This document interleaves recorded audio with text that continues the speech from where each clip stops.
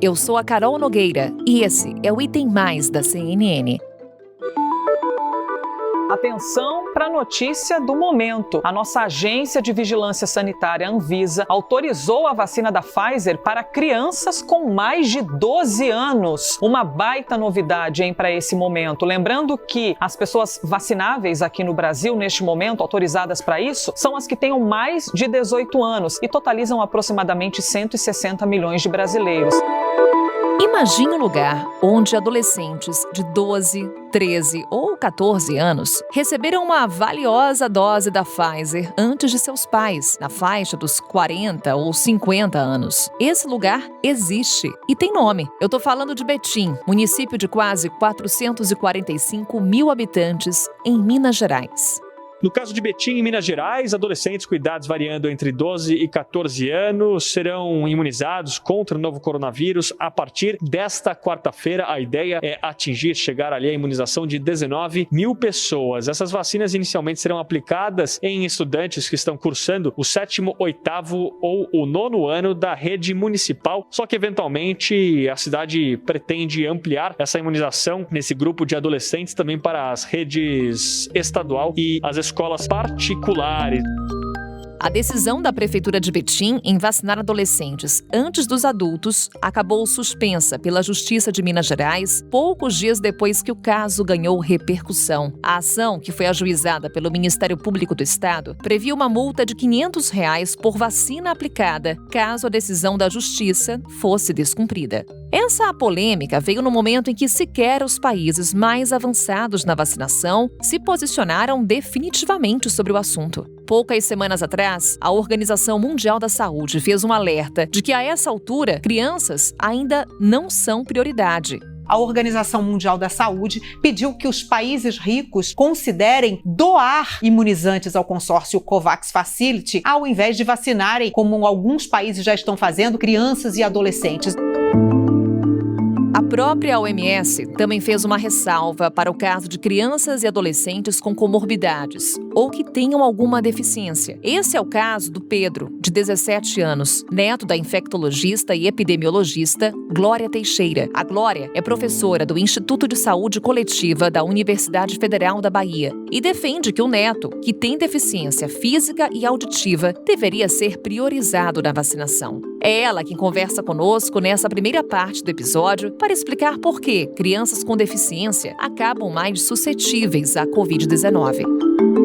Doutora Glória, vai ser muito bom lhe ter nesse episódio, não só com a sua visão de médica, mas também com seu relato pessoal. Seja bem-vinda. Muito obrigada. Eu agradeço muito pela possibilidade de falar um pouco sobre a necessidade das crianças especiais e daquelas que têm comorbidade serem vacinadas já, como eu chamo, vacinadas já, e eu vou tentar explicar por que essa minha luta, né? E que não é só minha, é de muitos pais e mães e avós de crianças com deficiência ou com comorbidades. Então vai ser ótimo, já vou começar com esse ponto, doutora. Um estudo publicado na revista científica Disability and Health Journal apontou que a Covid-19 pode ser até 160 vezes mais fatal para crianças com deficiências intelectuais. A minha pergunta é, por que crianças com deficiência têm maiores chances de contrair e desenvolver casos graves da Covid-19? Veja só, contrair porque elas têm muito mais dificuldade de se manter com as máscaras, né, o tempo todo.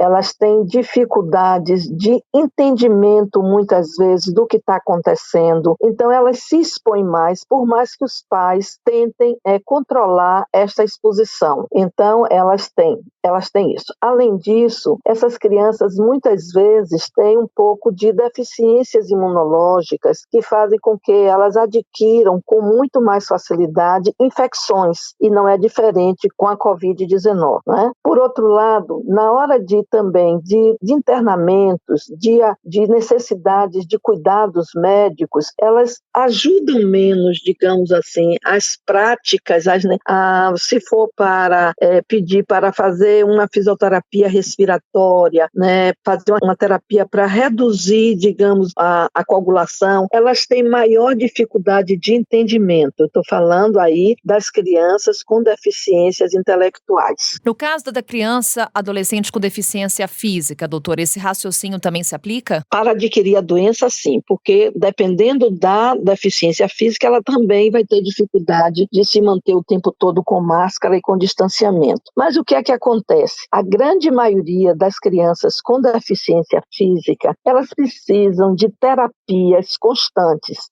Fisioterapia, terapia ocupacional, fonoaudiólogas, elas precisam para poder tentar ganhar um pouco além do que elas conseguem para melhorar. Eu vou dar um exemplo concreto. Uma colega sua, quando eu estava falando, uma repórter, disse: eu realmente estou com uma criança que ela tem síndrome de Down, que tem deficiências, dificuldades de fala, que tem dificuldades também intelectuais. E eu não consigo, eu não estou levando ela para as terapias com medo do contágio. Então eu fico em casa com ela e tento superar isso. Mas não supera, porque os terapeutas, eles têm técnicas, ciência, digamos, para poder fazer o cuidado para cada criança especial. É diferente, por mais que o pai e a mãe tentem, não consegue. Além disso, aquelas que têm deficiências mais graves, físicas, elas precisam ir aos serviços de fisioterapia. Então, a população mais vulnerável, ela precisa levar aos serviços do SUS, onde tem a fisioterapia e tem os aparelhos necessários para que a criança possa se desenvolver, e elas estão praticamente impossível para eles irem, porque os pais têm medo de que eles adquiram Covid, então estão ficando em casa. Eu vou dar agora um exemplo concreto do meu neto. Ele tem deficiência auditiva e tem deficiência física que o impede de caminhar normalmente, ele precisa desenvolver, ele tem uma doença genética muito complexa, então ele precisa desenvolver a musculatura para poder se manter em pé e poder caminhar um pouco. Então, ele deixou de fazer fisioterapia porque nós tínhamos muito receio de levá-lo até a fisioterapeuta. E nós fizemos muita fisioterapia com ele em casa, mas sem os aparelhos adequados. Ele começou a perder massa muscular. Então, no ano passado nós não levamos, esse ano tem uns 2 ou 3 meses que nós começamos a levá-lo para a fisioterapia, onde tem os aparelhos adequados para ele recuperar a massa muscular. Mas nós estamos levando com todos os cuidados, com todo o EPI, que são os equipamentos de proteção individual. A fisioterapeuta também tem muito cuidado, o ambiente só tem ela e a criança, que já é adolescente, porque já tem quase 18 anos, mas ele está se expondo a um risco maior de adquirir a Covid-19. Por isso é que eu acho, porque eu digo assim, eu não estou nem advogando em causa própria, porque meu neto já vai fazer 18 anos, mas eu senti o ano passado e esse ano o quanto seria importante se houvesse na época uma vacina que ele pudesse frequentar a fisioterapia.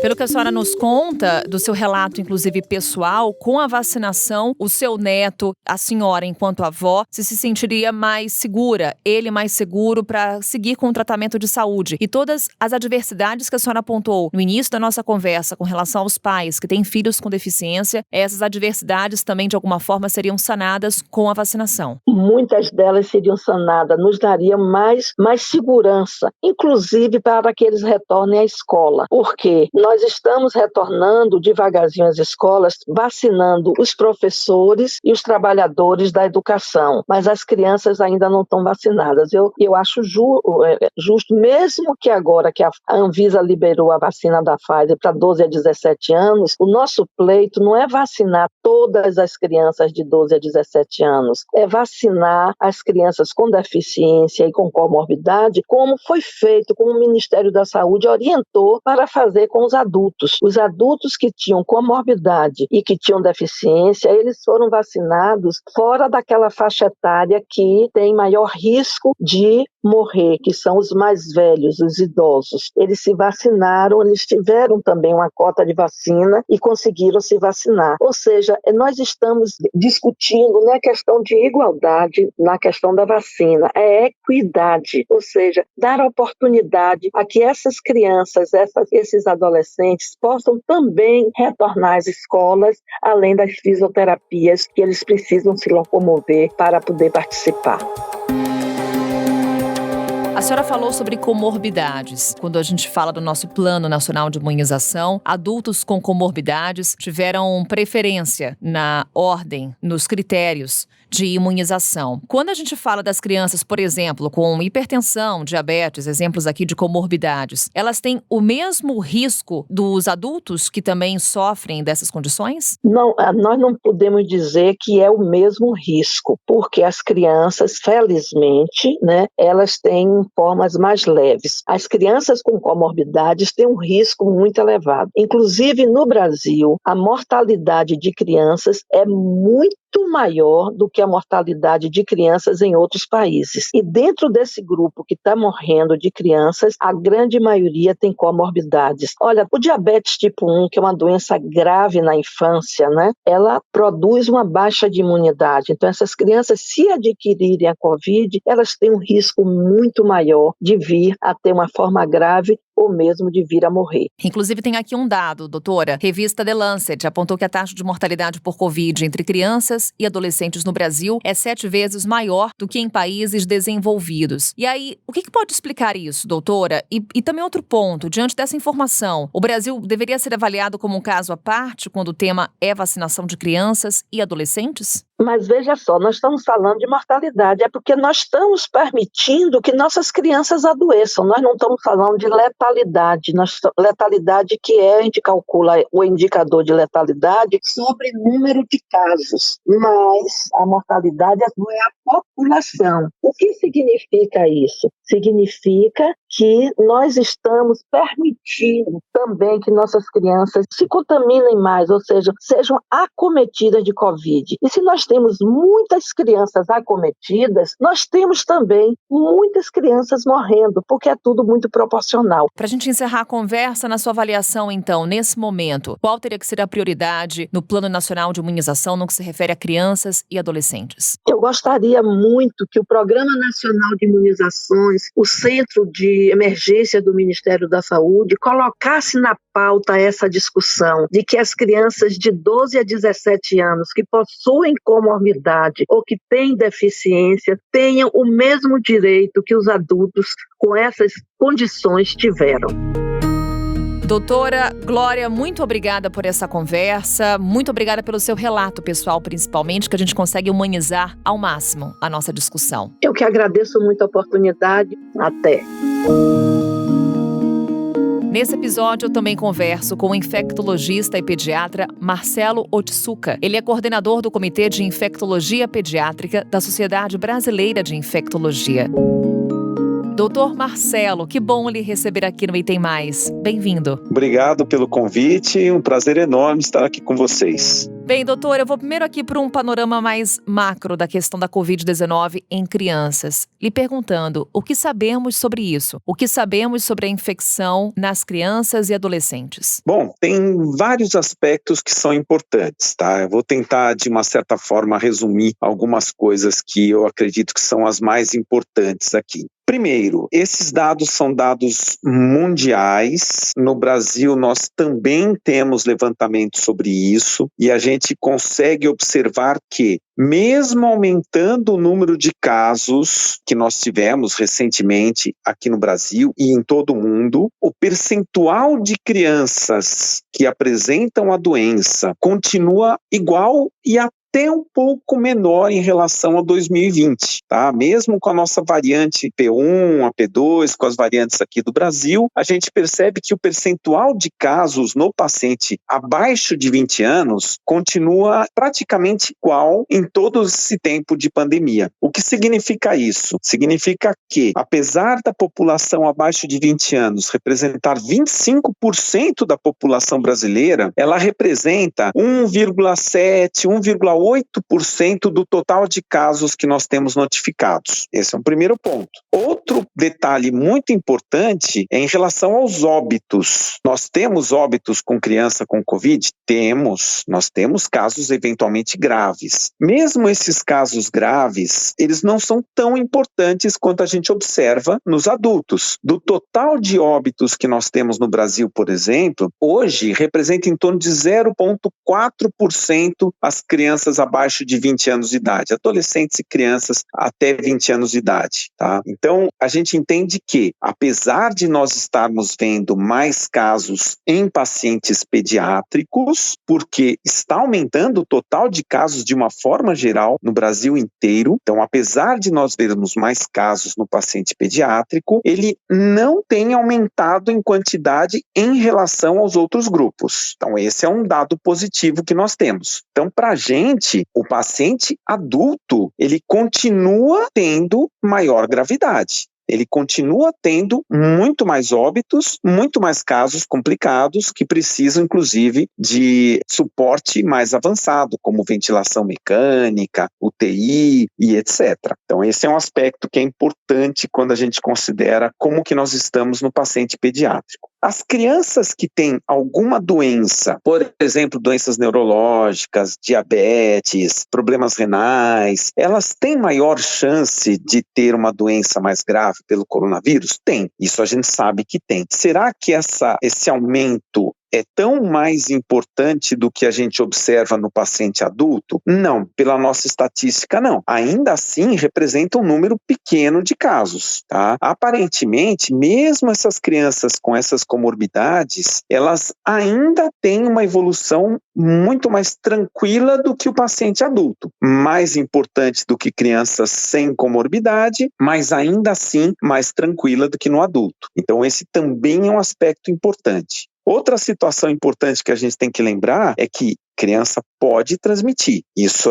é legal que a gente saiba. Transmite mais que o adulto? Não. O adulto transmite mais. Inclusive, os dados que nós temos é que a maioria das crianças pega de um adulto. Então, para a gente proteger as nossas crianças, a melhor coisa que nós temos é evitar que o adulto fique doente, tá? Porque é ele que está trazendo para casa e é ele que faz com que as crianças fiquem doentes. Então, acho que esses aspectos são os mais importantes para a gente considerar hoje a situação da criança na epidemia. Então, doutor, pelo que o senhor nos fala, essa orientação do Ministério da Saúde para imunizar pessoas mais velhas, né? Começar uma imunização de uma forma decrescente no que se refere à idade, é a ideal. E o que está sendo feito, por exemplo, em cidades como a cidade de Betim. Agora a Justiça suspendeu a vacinação de crianças e adolescentes, mas a Prefeitura quer sim imunizar esse público. É uma decisão errada nesse momento? O ideal era que a gente pudesse vacinar todos, né? Eu não quero dizer que as crianças não devam ser vacinadas. As crianças devem ser vacinadas, mas é uma questão de epidemiologia. Qual é o grupo que eu tenho que priorizar a vacinação? Se eu não tenho vacina para todos, para quem que eu vou fazer primeiro? Então, aspectos que são importantes para a gente considerar. Como a gente acabou de comentar, criança, mesmo com comorbidades, pode ter um quadro mais grave? Pode. Tá? Ainda assim, não tão importante quanto no adulto, principalmente adultos que têm comorbidade.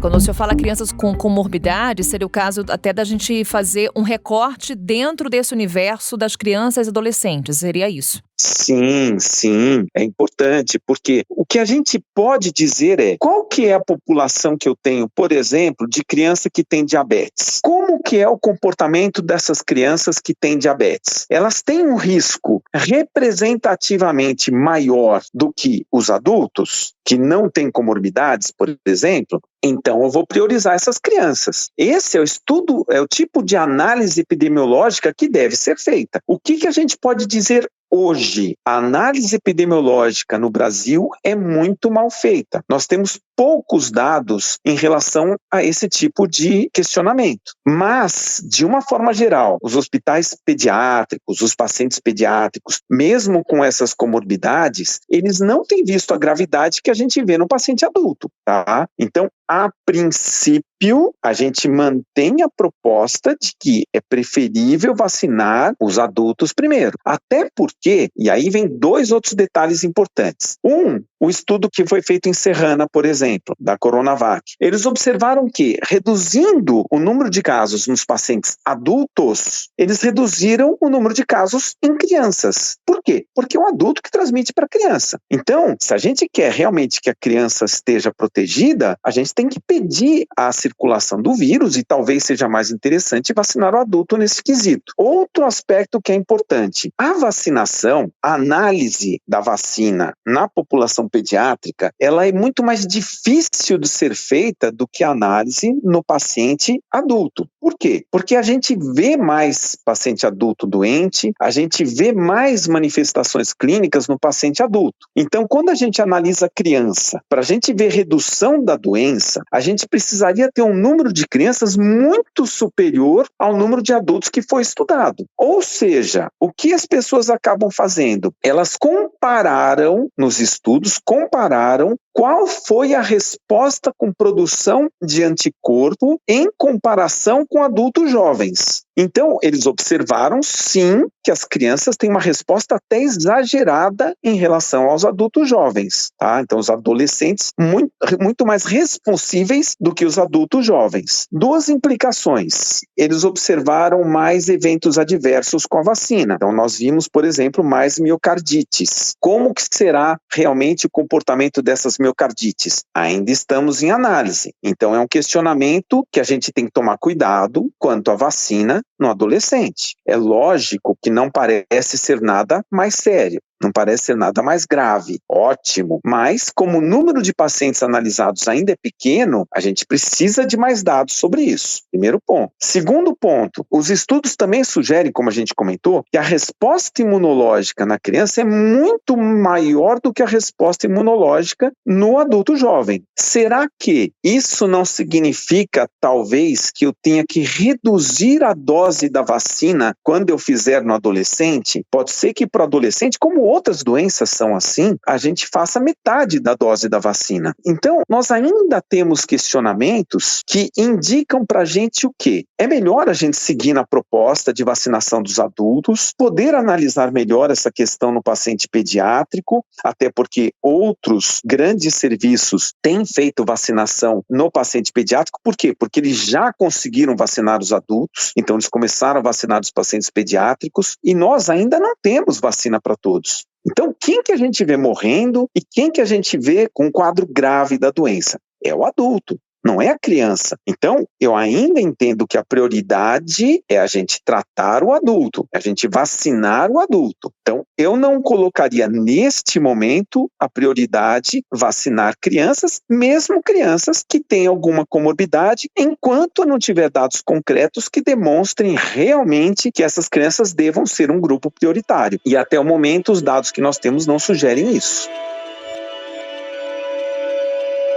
Doutor, o argumento do prefeito de Betim para vacinar adolescentes de 12 a 14 anos na cidade é para garantir a volta às aulas com segurança. É isso que diz o prefeito da cidade mineira. O que a experiência de outros países nos ensina sobre aulas presenciais e contágio de crianças? Tem como retornar com segurança sem vacinar adolescentes e crianças? Bom, primeiro passo, novamente, as crianças pegam dos adultos. Então, a criança que chega na escola doente, ela pode transmitir para professores e para outras crianças? Pode, isso pode acontecer. Então, o principal quesito que nós temos que ter é a proteção dessas crianças, para que elas não adquiram a infecção em casa. O que a gente pode fazer para as crianças não adquirirem a infecção em casa? Primeiro, e no momento é o que a gente dispõe à mão, manter o uso de máscaras, manter distanciamento, respeitar as regras que nós temos adotado. Então, se um bar está lotado, eu não devo entrar num bar desse que não esteja respeitando as medidas sanitárias. Então, nós temos que nos proteger para proteger os nossos pacientes pediátricos, os nossos filhos, digamos assim. Primeiro ponto.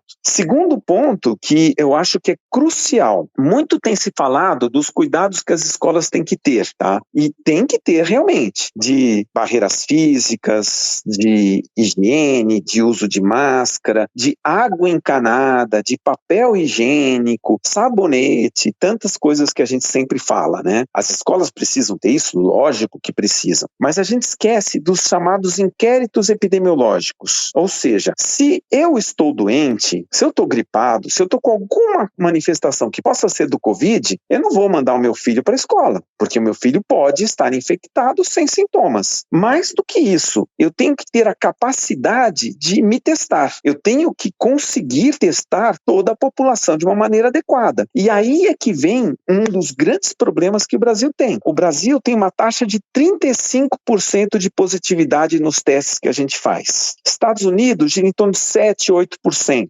Índia, que tem uma condição socioeconômica até pior do que a nossa, está em 7%. Países que fazem uma testagem boa, como Coreia e Alemanha, eles têm 1% dos casos positivos. Eles testam. Eu tenho que identificar quem está doente para que essa pessoa doente possa ser isolada e não transmitir para outras pessoas. E nós não fazemos isso. Muitos serviços, a pessoa chega, eu estou resfriado, mas você está bem, vai para casa. E não testa. Esse é um problema sério que nós temos, porque nós não sabemos quem está doente. Se eu detecto uma pessoa doente, eu tenho que ir atrás dos contactantes desse doente para que eles possam fazer o que a gente chama de quarentena. Eles têm que ficar com o mínimo de contato com outras pessoas para eles não transmitirem a doença caso eles estejam doentes. Então, enquanto nós não tivermos um controle adequado de testagem, inquéritos epidemiológicos bem feitos, que o pai possa entender em qual momento ele pode ou não levar o filho para a escola, não importa como que nós vamos proceder em relação à sequência vacinal, nós ainda teremos o risco das crianças ficarem doentes e transmitirem para seus pais, que em vez de vacinar os adultos, vacinaram as crianças. Então as crianças podem estar protegidas, mas podem se infectar e não ter a manifestação clínica, mas vão transmitir para os pais que vão ter um quadro mais grave. Pois é, doutor, como o senhor fala, não é só uma preocupação com a vacina, também uma preocupação com protocolos sanitários extremamente necessários, também com relação à testagem. Mas eu vou ainda focar na questão da vacina para a gente falar um pouquinho sobre o que pode vir no futuro, né? A gente ainda está como o senhor fala, falta vacina para muita gente, para começarmos a pensar em vacinação de crianças e adolescentes. Nesse momento, no Brasil, o único imunizante autorizado pela Anvisa para maiores de 12 anos, para adolescentes maiores de 12 anos e também para crianças é o da Pfizer. Isso deve mudar em breve? Outras vacinas também podem receber esse aval? A gente consegue estimar aí um prazo para isso? A Pfizer tem uma autorização, a princípio, emergencial, inclusive no FDA, né, no controle americano, CDC americano. A Moderna provavelmente deve ter autorização agora em início de julho. Outros laboratórios estão fazendo análise, a própria Coronavac está fazendo análise acima de 12 anos, e inclusive a Pfizer, a Moderna e a Coronavac estão fazendo estudos a partir de 6 meses de idade. Nós temos as vacinas da AstraZeneca e da Janssen, que elas pausaram temporariamente os estudos em adolescentes acima de 12 anos. Então, são algumas situações que nós temos. Então, nós temos sim perspectiva de logo termos outros imunizantes para crianças, sim, crianças e adolescentes, inclusive abaixo de 12 anos. É uma perspectiva que nós temos real, mas a tendência é que todos esses estudos em criança tenham dificuldades, porque como a gente comentou, criança tem muito menos sintomas, então você precisa avaliar quanto de anticorpo que produz, então isso acaba atrapalhando um pouquinho, sendo muito mais custoso a análise dos pacientes pediátricos.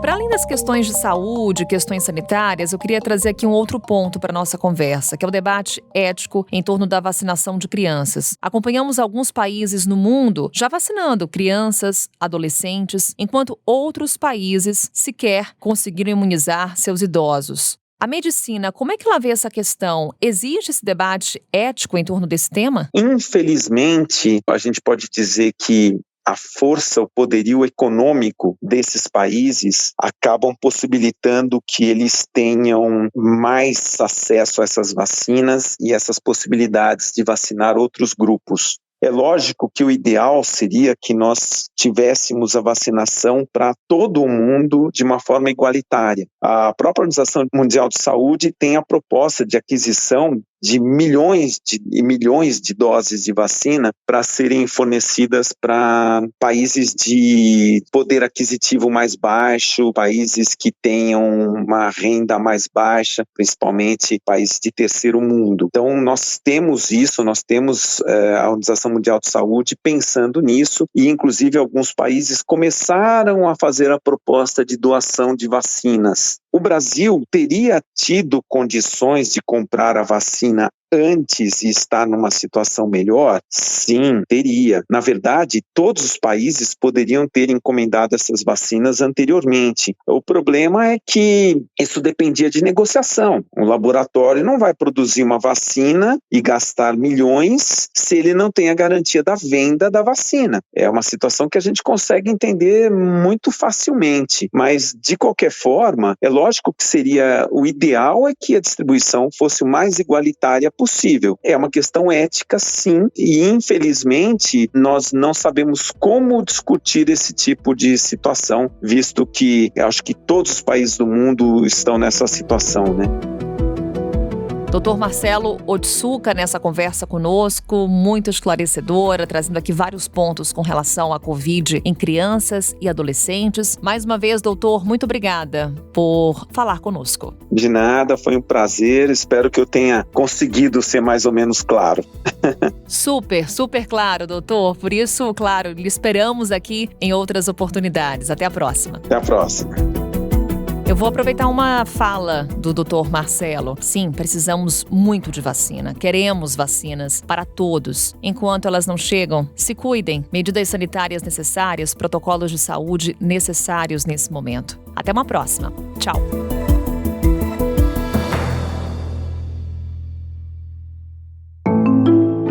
Com a apresentação minha, Carol Nogueira, este podcast foi produzido pela Maremoto para a CNN Brasil. Roteiro e pesquisa, Thaís Ilhéu. Pauta e produção, Danilo Santana. Operador de gravação, Nathan Kleiman. Edição e sonorização, Murilo Lourenço. Coordenação geral, Paula Weinberg. Coordenação de produto, Verônica Schneider. Coordenação editorial, Diego Toledo. Direção de jornalismo digital, Daniel Tosi. Você também pode ouvir o Item Mais no site da CNN Brasil. E aproveite para conhecer os nossos outros programas em áudio. Acesse cnnbrasil.com.br/podcasts.